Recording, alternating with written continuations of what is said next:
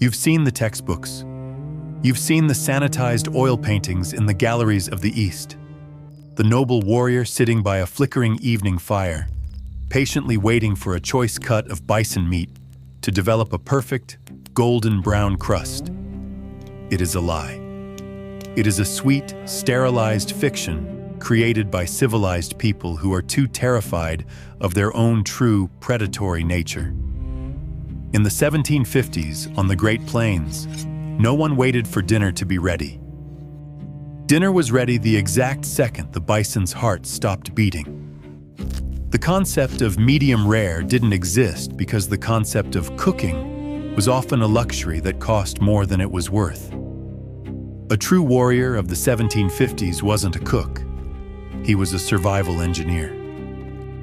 While the white smoke from his flintlock musket still hung in the heavy, humid air of the prairie, he was already elbow-deep in a steaming harvest. He wasn't looking for flavor.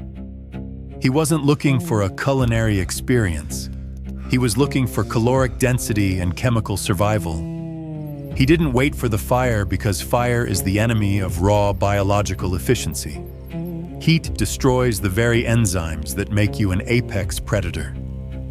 Instead of roasting the meat, he consumed the raw, vital organs and took in a dark, iron-rich essence directly from the source of life.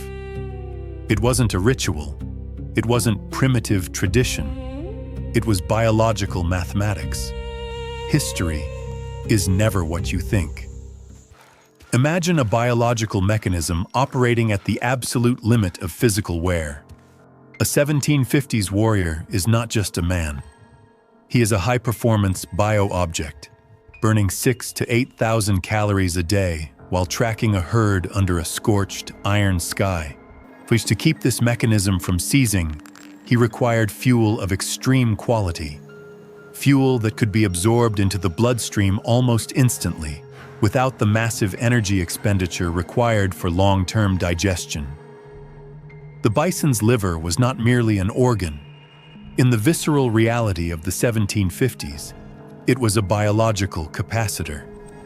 It held the densest concentration of glucose, vitamin A, and hemi-iron in the entire prairie. When the warrior extracted this prize in the immediate aftermath of the hunt, he wasn't looking for salt or spices. He was looking for a chemical bypass. Raw liver is a direct injection of energy. Fire denatures the enzymes and incinerates the vitamin C. For the warrior, cooking the liver was an unacceptable waste of resources, a metabolic error. He knew instinctively what we have forgotten, that raw liver is brain fuel. It is what allows the human eye to track a slight movement in the tall grass from a kilometer away. It is what keeps the nervous system firing with zero latency. Then there was the heart. Pure, incredibly dense muscle tissue, saturated with coenzymes and iron. They claimed it in the very seconds after the fall, before the heat of the beast had faded. Each piece was a capsule of caloric density. They swallowed it warm, feeling the heat of another life migrating into their own core. This was the ultimate act of biological absorption. One engine had stopped so that another could gain additional horsepower. The cynical conclusion: nature knows no mercy. It only knows the debit and credit of energy. Morality doesn't stop muscular fatigue.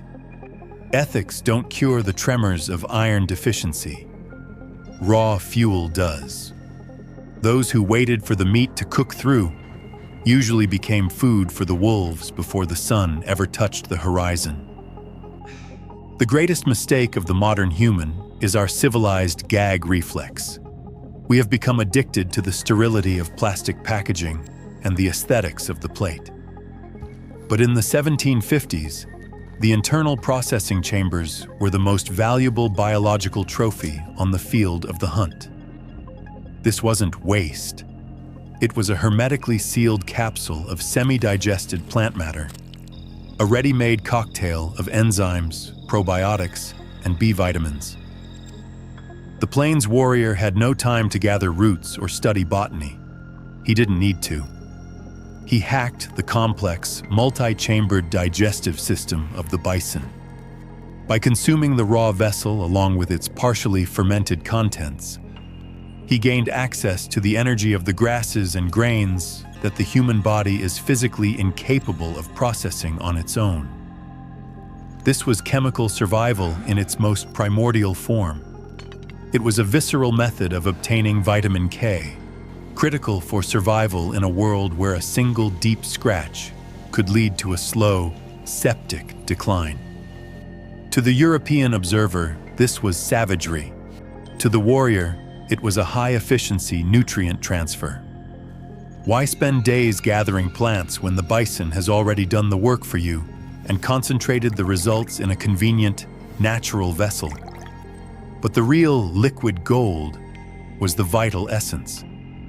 That dark, iron-rich fluid that became available the moment the prize was opened with a stone blade. They took it in by the handful, while it still carried the heat and oxygen of life. In 1750, this essence was better than any water from a muddy creek. It was the perfect natural electrolyte solution, saturated with organic salts and proteins. It didn't just quench thirst. It restored cellular balance in minutes after a 10-hour run. You see disgusting habits. I see flawless energy management. When you are 300 miles from the nearest trading post, your survival depends entirely on how quickly you can turn another creature's life force into your own strength. Now look at the men who sought to conquer these people. The European explorers and soldiers of the 1750s were true biological ruins.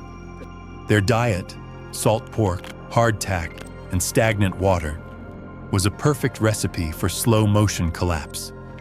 They were filled with sodium, but absolutely hollow inside. Scurvy rotted their gums until their teeth fell into their soup. A total lack of vitamin B12 turned their muscles into atrophied jelly. They carried the most advanced flintlock muskets and the most precise maps, but their own bodies were in a permanent state of metabolic default. On the other side stood the plains warrior. Because of his diet of raw, unprocessed internals and vital fluids, his system was maximally saturated with oxygen. His vision was sharper than any marksman from the British or French armies, thanks to the massive surplus of vitamin A. His endurance was phenomenal because he wasn't fighting his own biology. This was a battle between a high-performance biological mechanism and a rusted machine running on industrial waste. The Europeans called them savages, specifically because they consumed the unrefined harvest of the hunt. But it was these savages who could run 40 miles through a heat wave without losing focus, while the European soldier fainted from the first sign of heat stroke or iron deficiency. This wasn't an advantage in technology. It was an advantage in biological mathematics. Raw nutrition gave the warrior the ability to recover twice as fast. Vitamin C from unrefined glands made his immune system an impenetrable fortress against the conditions that mowed down white men by the thousands. The frontier was a filter, and it favored the visceral over the refined. The cynical conclusion: technology is a ghost if your own biology is bankrupt. You can have the finest steel blade in the world, but it won't help you if your hand shakes from malnutrition, while your enemy can see your silhouette in the twilight as clearly as if it were noon. This primordial power rested on one single massive resource.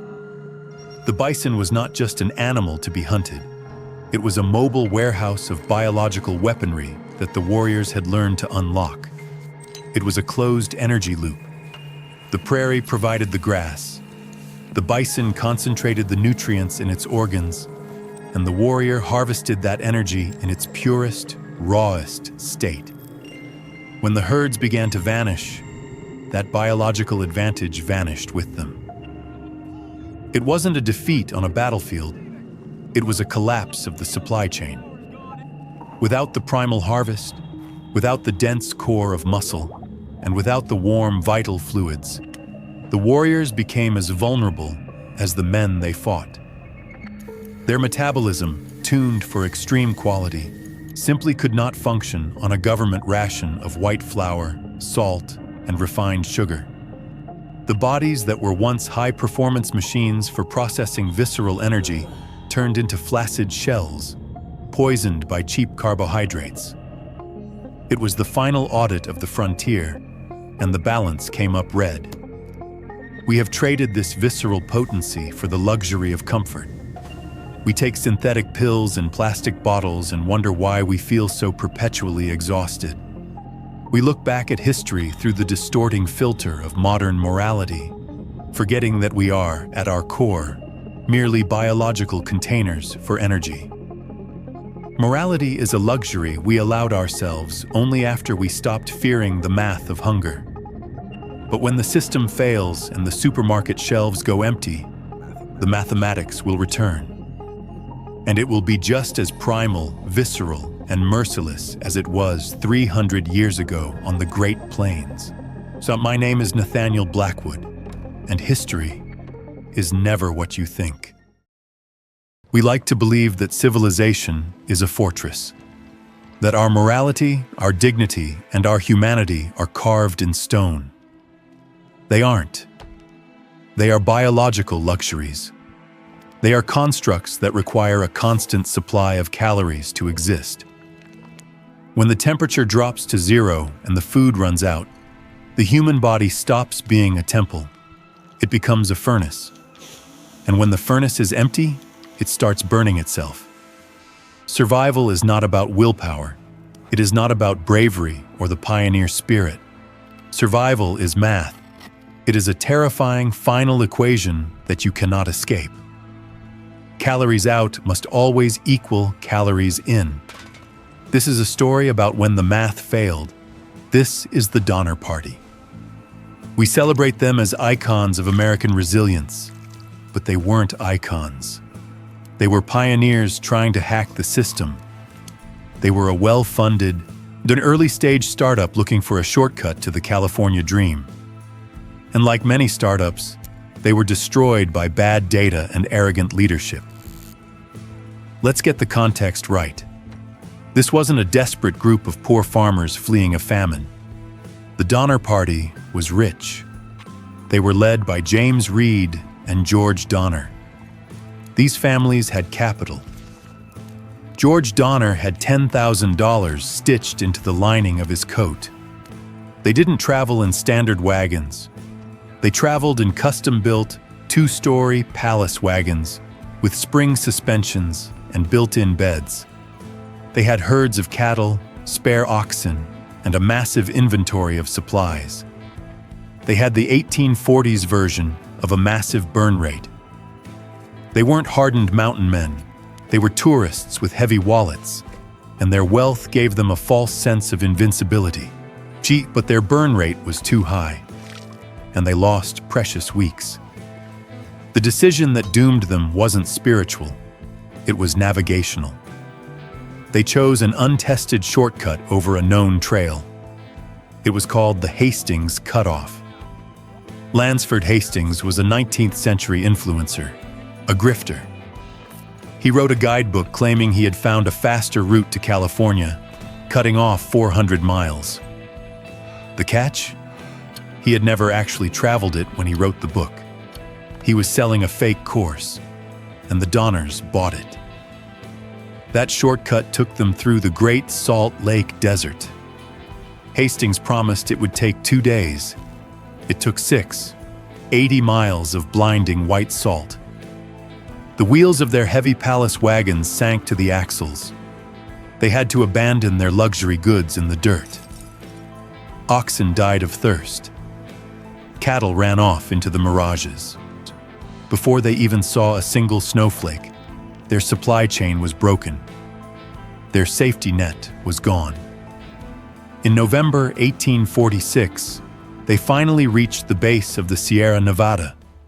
The shortcut had cost them a month. That month cost them their lives. because they arrived just as the winter of 1846 did. And this wasn't just any winter. It was one of the worst in recorded history. The first snow didn't just fall, it buried the landscape. Overnight, 5 feet of snow, then 10, then 15. The mountain passes were choked with ice. Truckee Lake, later renamed Donner Lake, became their tomb. They were trapped in a topographical prison, a bowl surrounded by granite walls. The snow did more than block the trail. It erased the frontier. It swallowed the trees. It isolated them. And with that isolation came the silence. The silence of the math beginning to fail. When the temperature drops that low, your basal metabolic rate skyrockets. Your body needs 4,000 calories a day just to shiver, just to keep your blood from freezing in your veins. They had nothing. Starvation isn't hunger. Modern people think of hunger as a feeling you get when you skip lunch. True starvation is the body cannibalizing itself. It is a hostile takeover. When calories in stops, the body doesn't stop. It pivots. The metabolism shifts to survival mode. It burns fat, but it also burns muscle. It is a clinical shutdown of non-essential systems. First, digestion. Your stomach shrinks and shuts down because there is nothing to process. The acid begins to eat at the stomach lining. Second, cognition. The brain is a massive energy drain, consuming 20% of your calories. When the fuel runs low, your mind begins to fail. Decision-making collapses. Apathy sets in. You stop caring about the cold. Hallucinations begin. And third, morality. When the body is eating its own heart muscle to survive, the frontal cortex cannot prioritize abstract social constructs like ethics or grief. It prioritizes survival. The only thought in your head is a brutal, repeating, deafening mantra. Eat. Eat. Eat. This is the math they were facing in December 1846. They built crude cabins near the lake. Breen, Murphy, Donner, 3 camps. Shelters with dirt floors and pine bough roofs that quickly became cages. 81 people trapped in the dark, smelling the sickness and unwashed fear on each other. The breakdown always starts with the animals. In December, they were already running low. They began by eating the pets, the dogs. Specific names: Uno, Flora.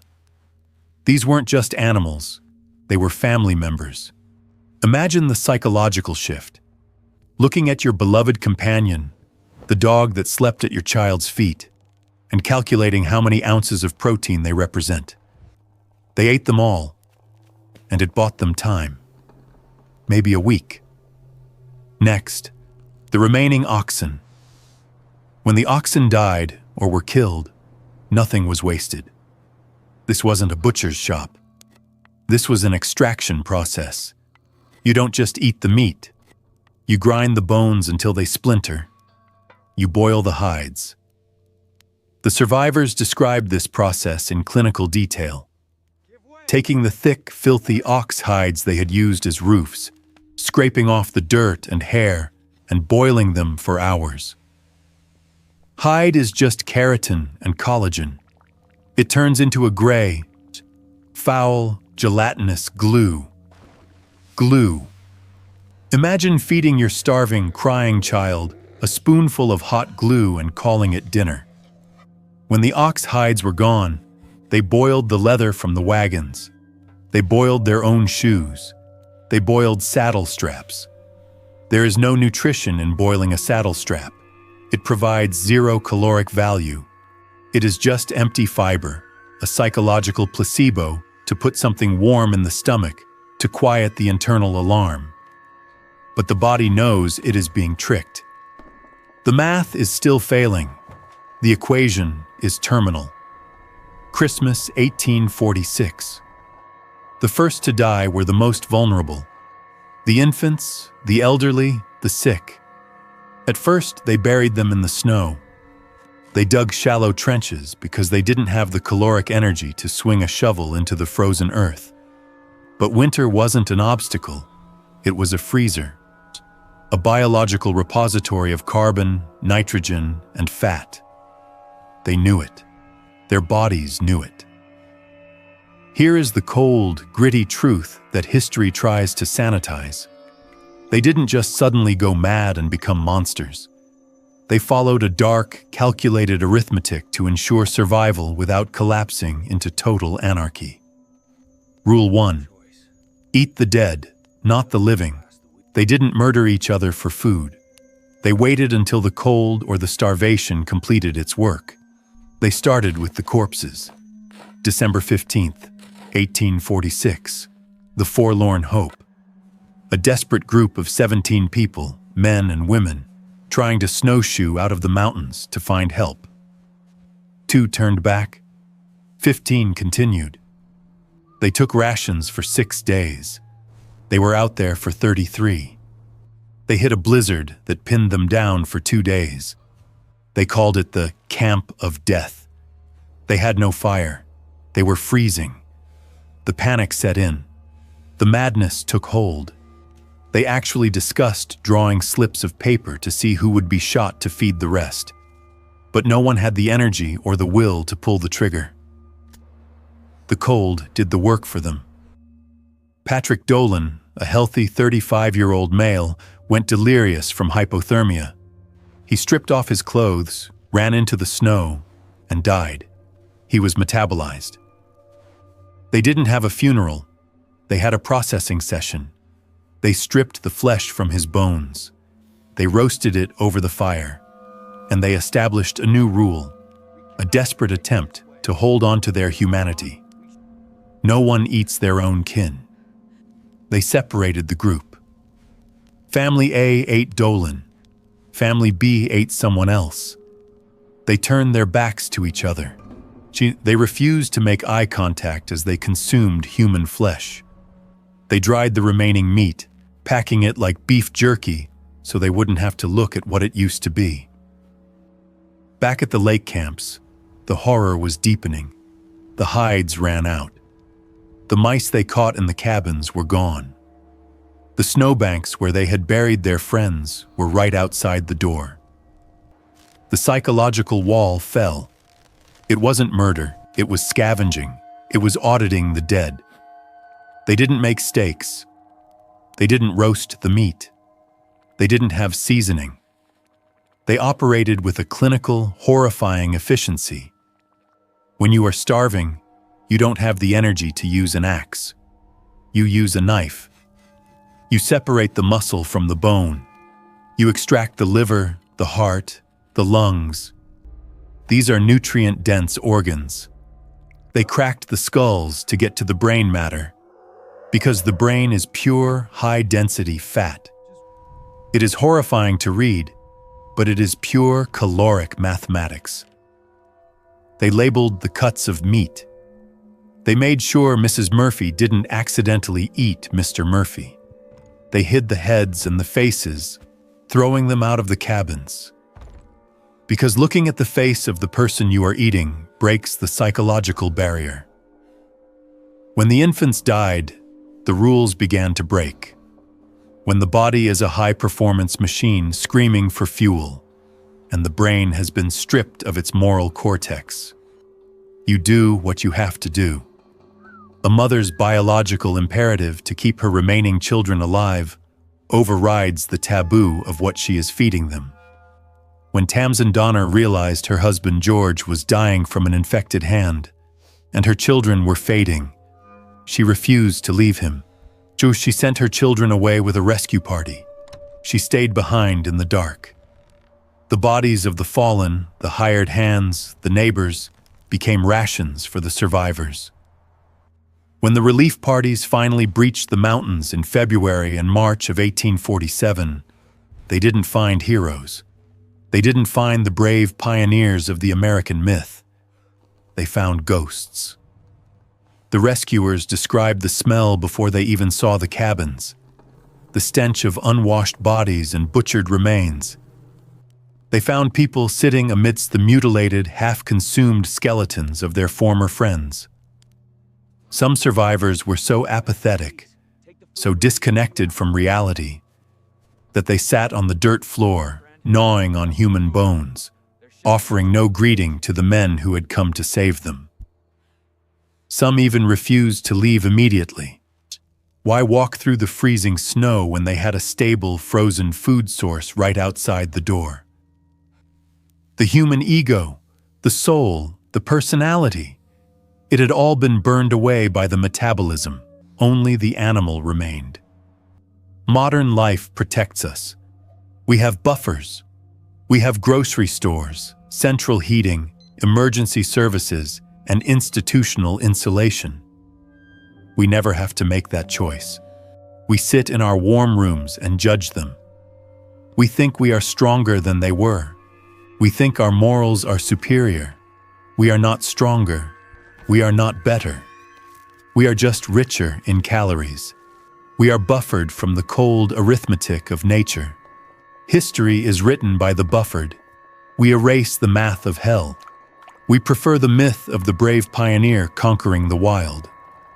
But peel back the romance, peel back the manifest destiny, and you find a desperate, biological ledger. Morality is a luxury of the well-fed. When your body is eating itself, when you watch your child turn gray from caloric deficit, the system demands numbers. The human body does not care about your soul. It only cares about fuel. And nature always collects its debt. History is never what you think.